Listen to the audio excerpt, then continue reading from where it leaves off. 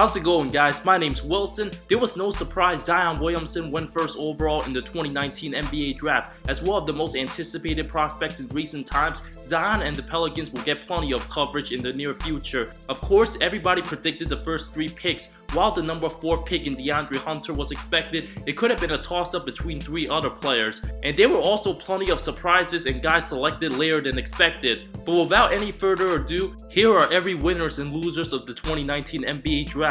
Starting with the winners, the New Orleans Pelicans. When the regular season ended, nobody would have expected them to land the first overall pick. With all the talks about Zion potentially going to the Knicks before the lottery, the Pelicans finally traded Anthony Davis, alongside young Laker assets in Lonzo Ball, Brandon Ingram, and Josh Hart. While Zoe and Brandon still only 21 years old, Zion will be 19 next season, where the team has one of the brightest futures and will be a threat throughout the 2020s decade. Drafting Jackson Hayes 8th overall, the 6'11 center out of Texas has raw potential, plays above the rim, will get easy lobs from Lonzo, combined with his 7'3 wingspan and a great rim protector. New Orleans also got Nickeil Alexander at 17 overall, a great shooter at 6'5 out of Virginia Tech. The impact of Lonzo as a true point guard and amazing passer will get Zion easy lobs at the rim, making New Orleans one of the most exciting teams to watch, and don't be surprised if they fight for playoff contention next season and be contenders for many years to come. GM David Griffin has already done his magic, now it's up to the players to deliver.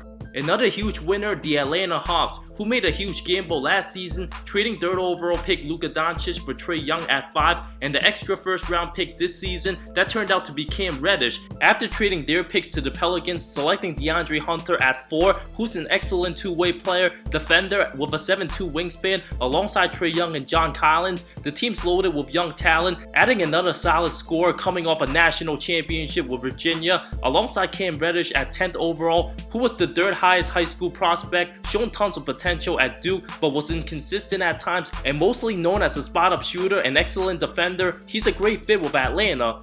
To me, the Hawks are one of the biggest sleepers who can sneak into the playoffs in the East next season with their potential young lineup: Trae at the 1, Kevin Huerter at the 2, Hunter at the 3, Reddish at the 4, and Collins at the 5. All are 21 and under. Another winner, you don't hear this very often, the New York Knicks. It's been tough for the franchise over the last 5 seasons and pretty much over the last 2 decades, struggling mightily. But RJ Barrett, selected at 3rd overall, has star potential at 6'7", very athletic, was a near 23-point scorer at Duke, very gifted offensively, hard to stop as a lefty, is the most hyped player the Knicks drafted since Patrick Ewing in '85. Before his former college teammate Zion made all the headlines, it was RJ who was ranked number 1 in the ESPN Top 100 recruit and would have likely went first overall in some drafts. Whether the Knicks sign anybody good in free agency or not, they will have plenty to cheer for at the Garden next season, and Barrett, who has a chance to be a superstar in the NBA. Next up, the Chicago Bulls, absolute winners, selecting Kobe White as the 7th overall pick, the 3rd straight year they have the 7th pick, where they drafted Lauri Markkanen and Wendell Carter. White was absolutely fantastic at UNC, has the killer instinct, is a big-time scorer with quick speed in transition, a good shooter at 6'5", also provides leadership, something the Bulls desperately need amongst their players.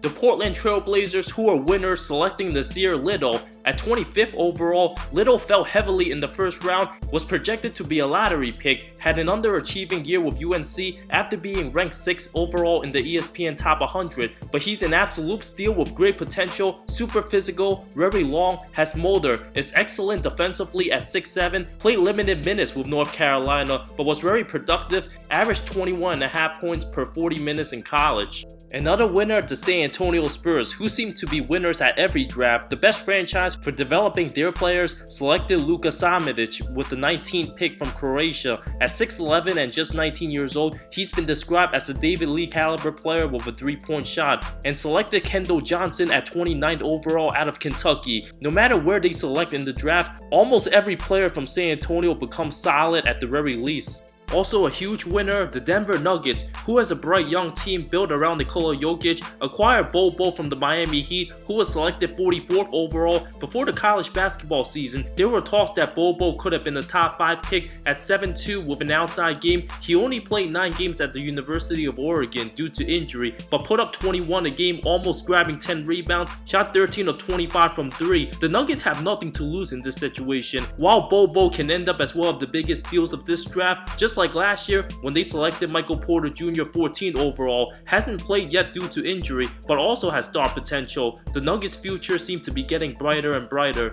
And now on to the losers. The Phoenix Suns, where they were in position to draft a point guard they desperately needed, had the 6th overall pick but traded with the Timberwolves, getting Dario Saric and the 11th pick in Cameron Johnson out of UNC. At 6'8" with a good shooting stroke, Johnson was considered a late first in many mock drafts. Not many thought he would be selected as high as 11. But Phoenix had a chance to draft Kobe White, unless they know they're getting D'Angelo Russell for sure in free agency. Ty Jerome was at least a solid get from the Celtics trade at 24th overall, but doesn't have a very high ceiling. Nonetheless, the franchise has been an absolute disaster the last recent draft picks. Just look at their picks in Dragon Bender and Josh Jackson. Chris Dunn, who had a bit of a letdown season, still has potential at 25 years old, but the Bulls have made it clear after selecting Kobe White, Dunn doesn't seem like the answer at the starting point guard going forward. Also, the Cleveland Cavaliers, winners and losers. Winners in being able to snatch Kevin Porter Jr. at 30th overall, but losers in their early decision in the lottery. Instead of failing to trade down to acquire more picks, they were forced to get Darius Garland, the best player in the draft available, who plays the same position as Colin Sexton. Garland has an excellent shooting stroke. Despite playing only 5 games in college with injury, him and Sexton are both score-first players. Both are extremely talented, but it remains a mystery whether they can coexist long-term. It wouldn't shock me if one of those guys get traded within 2 years. The Charlotte Hornets, the team that keeps getting stuck in no man's land, Kemba might leave in free agency. After getting no help for all these years, they drafted PJ Washington at 12 overall, can turn out to be a solid player, has good work ethic, but he's undersized as a 6'8" power forward, does a lot of good things with his hustle, but nothing too great to stand out. And past Kentucky players the franchise drafted in Michael Kidd-Gilchrist and Malik Monk doesn't seem too promising. If Kemba does decide to leave Charlotte, they'll likely be rebuilding for a very long time. Another loser, the Washington Wizards. Rui Hachimura made history, becoming the first Japanese-born player selected in the first round. Capable of playing the 3 and 4 at 6'8", has a very nice touch with good fundamentals. But the Wizards don't intend to trade Bradley Beal, who will be stuck as the lone star likely next season without John Wall. Hachimura also didn't speak to anyone or meet with the Wizards, so this pick is a huge gamble for them. Of course, Bol Bol, who waited over 3 hours to be called up after the 40th pick. Many were thinking whether Bol Bol would even be drafted, was projected in the lottery months ago, but his injury concerns definitely scared many teams away, but the Nuggets can take advantage. Another loser, the Boston Celtics, who scrambling, moving up and down the draft board all night, selected Romeo Langford at 14, where they already have Tatum, Hayward, and Brown, will likely lose both Irving and Al Horford, which would be devastating and a step back for the franchise. While we would have to wait and see the results of the Brooklyn Nets in free agency, who traded away many of their picks, creating cap space for 2 potential free agents, has over $68 million to spend. With 7 players under contract, Kyrie Irving's the favorite to land with the Nets, but if they fail to get a star free agent, they might regret trading their picks. But if they land both Kyrie and KD, that would be epic for Brooklyn, especially come 2021. These were all the winners and losers of the 2019 NBA draft. With all the lottery picks, Zion to the Pelicans at number 1, John Morant to Memphis at 2, RJ Barrett at 3 to the Knicks, DeAndre Hunter at 4 to Atlanta, Darius Garland to the Cavs, Jarrett Kluivert to Minnesota, Kobe White to the Bulls, Jackson Hayes to New Orleans, Rui Hachimura to the Wizards, Cam Reddish at 10 to the Hawks, Cam Johnson to Phoenix, PJ Washington to Charlotte, Tyler Hero to Miami, and Romeo Langford to Boston. Thank you so much for watching this video. I love all of you. See you next time.